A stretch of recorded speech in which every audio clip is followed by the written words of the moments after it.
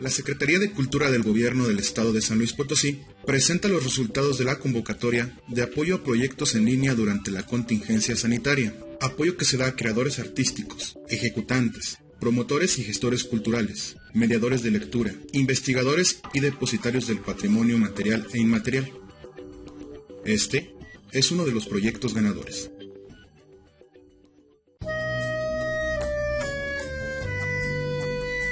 Una Virgen que surca los cielos. El tema del traslado de la Virgen de Loreto es una iconografía recurrente en el siglo XVIII en prácticamente todo el orbe hispánico. La historia de la devoción de la Virgen de Loreto se remonta a un relato milagroso situado en mayo del año de 1291, año en el que los cruzados perdieron frente a los musulmanes Acre, la última gran fortaleza en el reino cristiano de Jerusalén, precipitando así el final de las cruzadas.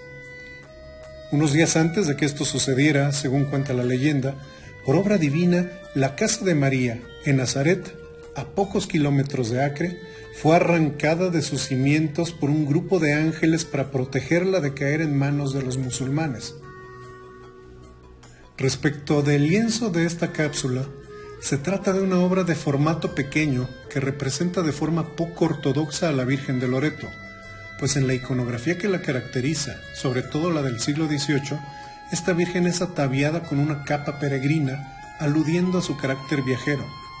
A estas vírgenes se les llamaba amponas, precisamente por la forma que daba la vestimenta. Por tanto, no se le veían las manos y el niño Jesús se encuentra, de alguna manera, pegado al cuerpo de la Virgen. Esto es, se trata de una Virgen estática. Habitualmente va coronada con tiara papal, pues lleva el favor de Julio II. Esto significa que está ornada por una mitra con 3 coronas superpuestas que simbolizan la triple potestad, la del obispo, la del sumo pontífice y la del rey, lo cual tiene que ver con el 4º voto de los jesuitas, aquel que implica obediencia absoluta al Papa. En esta pintura, en cambio, vemos una Virgen en movimiento, con una capa de viaje, sí, pero no la capa habitual, sino una que se relaciona más con la vestimenta con que se representa a la Virgen María comúnmente. Además, en esta representación se aprecian sus brazos en acto de sostener al niño Jesús. La casita, por otro lado, es la que se suele encontrar representada en los facsímiles de la Santa Casa: ladrillo, rejas en los vanos y techo de 2 aguas. 5 ángeles esforzados trasladan la Santa Casa por los aires, sobrevolando el mar Adriático, mientras un rompimiento de gloria abre paso a un grupo de angelillos que ofrecen flores a la Virgen. Recordemos aquí las actividades de las congregaciones marianas. Mientras esto sucede, ángeles músicos cantan loas y salves al paso de la Virgen de Loreto. La Virgen, al estar siendo trasladada, no es representada sobre la Santa Casa, sino sobre unas nubes que anuncian tormenta, y regresaremos a ello. Esto implica que la Santa Casa y la imagen de la Virgen son trasladadas en un hecho paralelo, por los aires, hasta ser depositadas en aquellos sitios a donde viajan. En estos aspectos, la pintura que analizamos resulta semejante a la forma de representar la Virgen en otras obras. Por ejemplo, en la de la Capilla de Loreto de la ciudad de San Luis Potosí, la Virgen viaja sobre unas nubes que cargan ángeles, mientras querubes la acompañan atrás, con la Santa Casa flotando sin nada que la sostenga, aludiendo así lo que acabamos de mencionar. Por ello resulta interesante concentrarnos en la Virgen, ya que ahí es donde encontramos las mayores discordancias. Si revisamos las representaciones de la Virgen de Loreto, encontraremos que la pieza que nos ocupa se aleja con mucho de la forma de representar esta advocación en el arte novohispano, incluso en el peruano, donde hay fórmulas muy precisas para representarla. Por ello debemos buscar antecedentes en las representaciones europeas más tempranas.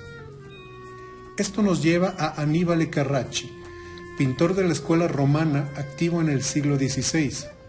En su Virgen de Loreto apreciamos ese movimiento que todavía estaba influido por el Renacimiento. La de Carracci se trata claramente de una Madonna renacentista. Lo anterior no quiere decir que la pintura de esta cápsula lo sea, sino que en su tratamiento conserva la libertad en la representación, por lo que posiblemente se trate de una obra de finales del siglo XVIII, quizás entre 1740 y 1770, como han indicado algunos especialistas.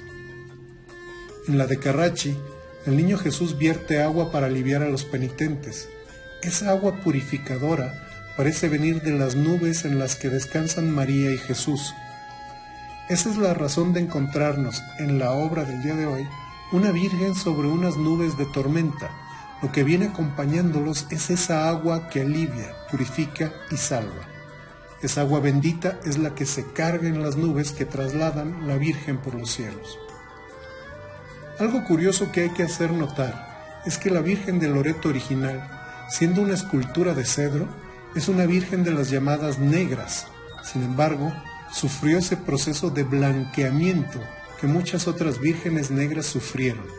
Por eso, destacan una piel blanca y sonrojada en las obras que la representan, tal y como sucede en este caso. La Virgen de Loreto, por su cualidad viajera y por trasladarse por los aires, se ha convertido en una devoción que carga curiosidades. Es patrona de la aviación y, por ejemplo, es actualmente patrona del Ejército del Aire de España. La próxima vez que vean una artesanía con una Virgen montada en aviones de 2 alas o encima de una casita, ya saben de qué devoción se trata. La próxima vez que visiten el Museo Francisco Cosío, aprovechen para apreciar esta pequeña y hermosa obra.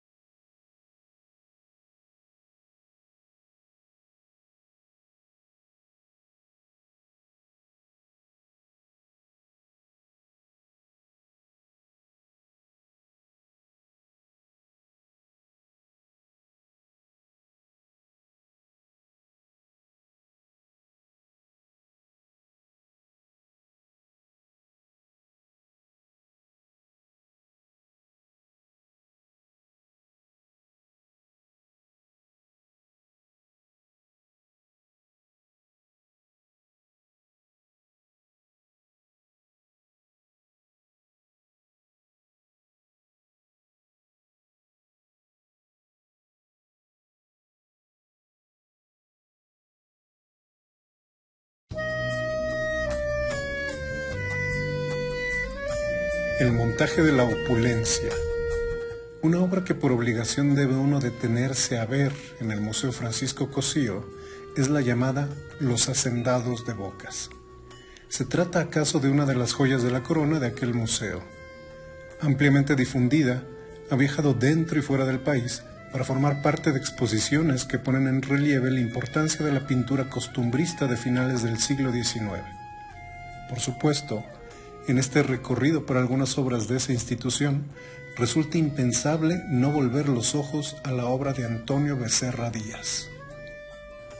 Del pintor Antonio Becerra Díaz poco conocemos, tan solo que fue alumno de la Academia de San Carlos entre 1873 y 1879, que fue alumno a su vez de José María Velasco, Santiago Rebull y José Salomé Pina, figuras principales del arte mexicano del siglo XIX. Tampoco se conocen muchas obras de Becerra Díaz, solo el lienzo que mostramos el día de hoy y un Acán, el ladrón bíblico que murió apedreado, que se le atribuye. En cambio, de la Hacienda de Bocas tenemos más datos.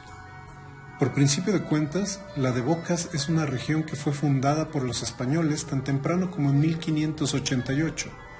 Ahí se estableció el fuerte de las Bocas de Maticoya, hoy Bayumbroso, donde estaba rancheada una parcialidad de indios chichimecos. Ahí se concentraban los regalos de paz que permitieron pacificar el septentrión novohispano.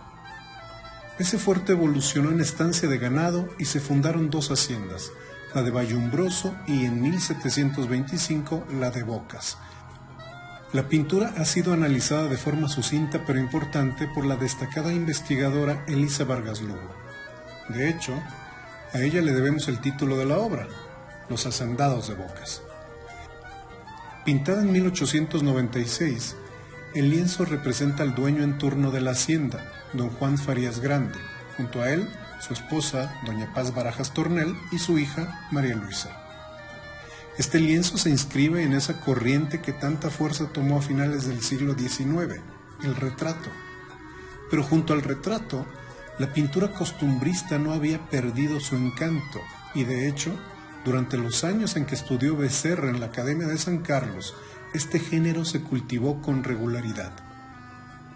Jorge Jámequén y Mejía, fundador de la revista El Artista y director del periódico La Libertad, retrata fielmente la idea del arte al servicio de presentar ese México que se encontraba en transición entre la República restaurada y el Porfiriato, y que desde un ánimo nacionalista, mediante los cuadros del hogar, de la familia, de la libertad y de la patria, además de la belleza del campo, mostrase real, progresista y liberal a este país. Es precisamente en estos ámbitos que debemos comprender la obra aquí presentada. Muy seguramente don Juan y doña Paz encargaron este retrato, pues resultaba una moda en curso entre la aristocracia y la burguesía mexicana dejarse retratar para tener una imagen que perpetuara el nombre y apellido de sus poseedores, pues ambos eran sinónimo de poder cuando era el caso. Por supuesto que Becerra no solo aprovechó el trato económico que un encargo de esta naturaleza suponía, sino que vemos en esta obra plasmados los afanes y las ideas estéticas de una época. Así, por principio de cuentas tenemos al gran terrateniente don Juan Farías Grande en perfecto dominio de su propiedad.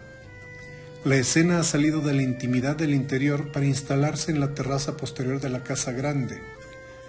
Don Juan resulta el más relajado y por tanto su representación es la más veraz y realista de la obra. Con saco de lino y elegante sombrero de paja, ha posado para este lienzo que lo inmortalizaría, mas no ha dejado de lado su fase de hombre de campo, las botas lo delatan. Se trataba de un hombre acostumbrado a la intemperie, pues el tono de su piel, si bien blanca, muestra esos matices y esas tonalidades de quien se expone bajo el sol largas jornadas. Sus mejillas encendidas y su barba apenas ocultan una tez tostada que se deja intuir en los matices que Becerra logró en el rostro. El tema del carácter del representado también ha sido manejado con acierto y resulta muy posible intuir una mirada afable, serena. Esto sin duda es un mérito del artista. Presenta no obstante fallas anatómicas, como lo es la extensión del brazo y el remate de la mano que más bien parece un muñón. Lo mismo podríamos decir de los pies. Aquí vemos los desaciertos de un pintor del que conocemos prácticamente un par de obras. Don Juan Farías no nos observa, sino que mira en lontananza y a un punto indefinido. Enseguida doña Paz Barajas, rígida, mirando a sí mismo a un punto indefinido, acaso dentro de la Casa Grande. Su rostro, a diferencia del de su esposo, muestra la vida interior. La falta de color en su tez, apenas iluminado por un tímido sonrojo, resalta aún más su palidez. A diferencia de don Juan, la mirada de doña Paz es firme, severa. Se trata de una mujer que manda, sabe ordenar y rige los destinos de una casa grande de hacienda. Su vestido refleja que no importaba vivir en el campo, pues ostenta una prenda a la usanza de la moda finisecular. Manga estrecha en el antebrazo y aglobada en el brazo, y la parte superior del vestido luce el estilo pecho de paloma. Por la forma en que baja el vestido y a pesar de ser interrumpido por el rompón de María Luisa, se aprecia un vestido ceñido a la cintura. Becerra supo solucionar con gracia la veladura y transparencia del tul negro, parte del adorno superpuesto al vestido. La tela listada, también una textura de moda, ha sido muy bien lograda, lo que genera un juego interesante de texturas. Los pliegues de las mangas aglobadas también fueron solucionados con destreza, lo mismo que la caída del vestido. Como nota, confirmamos lo que ya se había hecho notar con anterioridad. Las manos fueron torpemente solucionadas, siendo una falla recurrente en este lienzo. La bebé y su ropón merecen un comentario aparte. María Luisa es la única que observa al espectador. Su rostro muestra más vivacidad en términos de la paleta empleada para ello, mucho más que los de su madre, evidentemente, aunque su mirada es lánguida, acaso adormilada. La textura del ropón fue correctamente manejada. El tul y el encaje, más la caída de la tela, son de consideración. La falla estriba, nuevamente, en la solución de la mano. Sosteniendo una florecilla, en un claro alarde de simbolizar inocencia, la manita de María Luisa parece superpuesta, como un corsage en la muñeca de su madre, más que un brazo que se extiende desde el cuerpo de la niña, descansando en el brazo de la mamá. Estos errores, no obstante, no le restan a la calidad de la obra, pues la composición resultó bien lograda. Vayamos ahora a esto último, la composición. Todo fue montado y ensamblado, al parecer por partes. Don Juan Farías parece haber sido bocetado en una sesión individual, Doña Paz Barajas y su bebé en brazos en otra sesión. Vargas Lugo, de hecho, sugiere que se tomó la imagen de una fotografía. ¿Acaso una carta de visita? Podría ser por la pose. Ello supondría que la bebé fue superpuesta a su vez, lo que explicaría el error anatómico del brazo y que sea la única que observa de frente. Ahora el escenario. Sacar a la familia, aunque fuera solo compositivamente, supone más una propuesta estética de Becerra vinculada a lo ya expresado acerca de mostrar el país, la tierra, sus paisajes, mucho más que una solución fortuita y casual. La mesa misma es un montaje.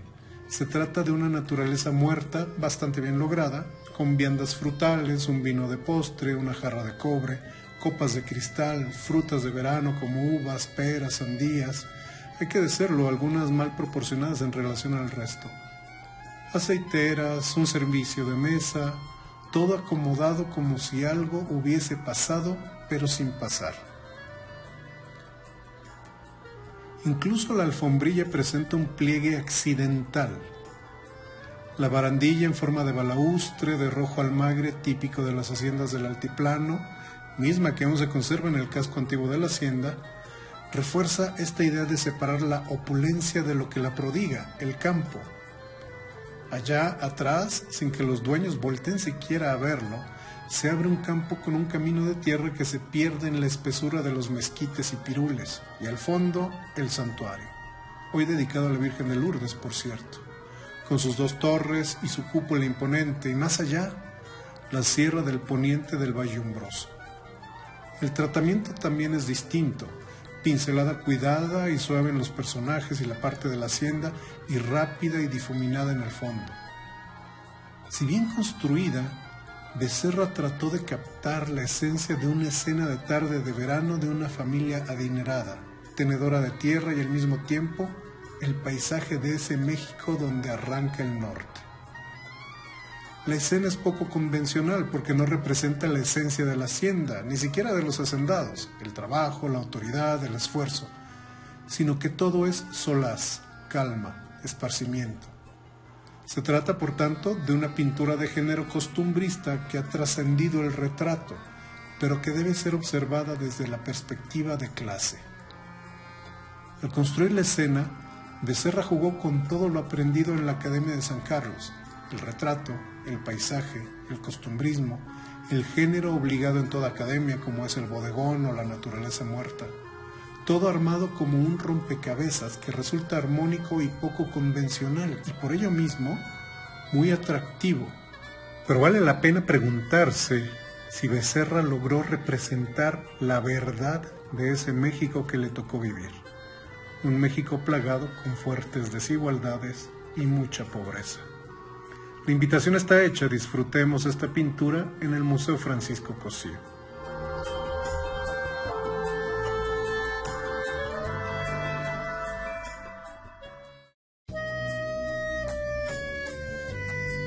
Juan Blanco y la metapintura como ejercicio autorreferencial. Esta cápsula está dedicada a un artista mexicano y además potosino. Juan Blanco es uno de esos artistas locales que, si bien tienen un lugar en el Parnaso de la cultura nacional y fue reconocido a nivel internacional, en general poco se conoce de él. Nacido en San Luis Potosí en 1922, Blanco mostraría predilección sobre las artes plásticas y la literatura desde temprana edad, lo que le trajo problemas con la familia, puesto que su padre quería que Juan fuera abogado. La obra que presentamos el día de hoy se inscribe en la primera etapa parisina de Juan Blanco. Resulta interesante porque se trata de una imagen compleja en la que en primera instancia resalta un desnudo, mismo que podríamos vincular rápidamente con la serie de desnudos del pintor expresionista italiano Amadeo Modigliani. La obra en cuestión es una metapintura, esto es, un cuadro que se encuentra dentro de otro cuadro. Incluso puede ser más de un cuadro dentro de otro, eso dependerá de la obra y el artista. Esto es importante de señalar en primer lugar porque lo que prevalece en este tipo de obras, más cuando el artista se pinta en el trance de la acción creadora, es una intención de distanciarse a su vez de la creación en curso y pensarse a sí mismo como pintor. La obra por excelencia son Las Meninas de Velázquez. Hay un proceso autorreferencial en el que la distancia que se toma permite al pintor observarse y saberse como artista. En una obra como esta, estamos hablando en consecuencia de un segundo nivel dentro del cuadro, convirtiéndose en un juego intelectual. Pero hay más, pues dentro del cuadro de Blanco hay 4 niveles de observación. El primer nivel es la ventana que se intuye en la parte inferior de la obra. El florero y el cortinaje que se desvela solo sirven para acentuar esto. Ese nivel coloca al espectador como el gran voyeur, esto es, un observador, pues ha ubicado al público de su obra de frente a la modelo desnuda. Enseguida, el segundo nivel es el nivel de la modelo misma, reposando en el diván verde junto a un pequeño felino. El tercer nivel es el más interesante y es en el que encontramos al propio artista pintando a la modelo. Se aprecia la perspectiva diferente a la nuestra, pues la ha pintado de espalda. Ya la ha bocetado y está trazando la ventana desde la que la observamos, aunque no alcanza a pintar aún al observante porque, como ya comentamos, el observante somos nosotros. Pero ese pintor, ¿es Juan Blanco en realidad? No se cuentan con fotografías de él con abundante barba, entonces, ¿Juan Blanco se ha transmutado en otro? ¿O es el pintor viendo a otro pintor en el acto creativo? En cualquiera de los casos, la pintura se torna más interesante porque adquiere una nueva metatextualidad, en la que se es otro, o en la que Blanco observa a otro pintor pintar y, en consecuencia, quien está tras la ventana observando y pintando el acto de pintar es Blanco y nosotros a su vez. Así, en esta obra ambos participamos del ojo del pintor. Estos juegos intelectuales de las metapinturas son las que hacen compleja una obra que en apariencia resulta simple. El cuarto nivel es el ventanal, que nos resulta un poco incómodo si consideramos la ventana inicial, aquella del primer nivel. No obstante, nos recuerda la casa estudio de Diego Rivera, su segundo mentor. En realidad el cuarto está abierto por doquier, pues un quinto nivel sería la vista superior, donde también se aprecia una ventana, pero sobre esta no nos detendremos. Volvamos al artista. Su cuello alargado nos recuerda los retratos de Modigliani y su camiseta marinera a Pablo Picasso, a quien conocería cuando estuvo con Matisse. Regresemos ahora a la modelo. Si bien puede recordarnos a Modigliani, del que ya hay una referencia en el cuello del pintor representado, debemos volver los ojos al maestro con el que convivía en ese periodo, Matisse. Si volvemos 40 años atrás, hay una obra del gran maestro fauvista, La Danza, de 1910, en la que hombres y mujeres de un fuerte tono naranja danzan en círculo frente a un fondo azul. La sencillez del trazo, la tonalidad, la anatomía, nos remiten a esta pieza de Matisse. En consecuencia, la obra de Blanco podría tratarse no solo de una experimentación tardía de las vanguardias, sino de un homenaje del pintor a sus mentores e influencias del momento, Rivera, Matisse, Picasso, Modigliani. El cuadro es entonces una oportunidad de, por medio de un guiño autorreferencial, transmutarse en otros de los que nos deja pistas en el lienzo. El ojo no ve lo que el cerebro no conoce, y para una obra como esta, hace falta adentrarse en su metatextualidad y dimensionar la calidad y complejidad del pintor potosino. La invitación ahora es a pasar al Museo Francisco Cosío a gozar en vivo esta magnífica pieza.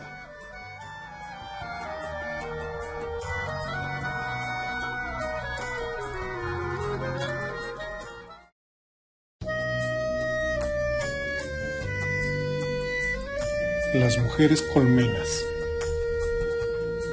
En esta cápsula abordaremos la obra de una artista mexicana poco conocida y de la que no tenemos muchos datos biográficos.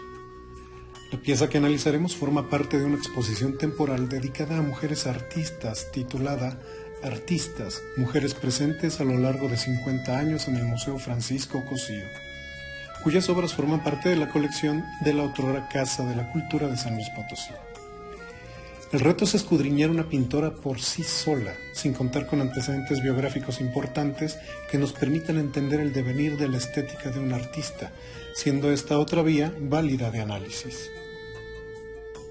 Lo que sabemos de María Teresa Garza de Acosta es que es oriunda de Monterrey, Nuevo León, que realizó sus estudios formales de pintura en el Instituto Potosino de Bellas Artes, bajo la dirección de Raúl Gamboa, y que adquirió ahí un gusto por el linealismo pictórico expresionista.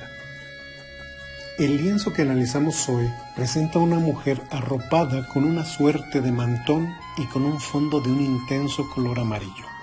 No hay más, salvo un título enigmático: La colmena. María Teresa Garza ha jugado con varios niveles simbólicos en esta obra. Por principio de cuentas, si bien solo es una mujer la que concentra toda nuestra atención, debemos decir que el resto del enjambre está ahí, en el lienzo, zumbando, reverberando.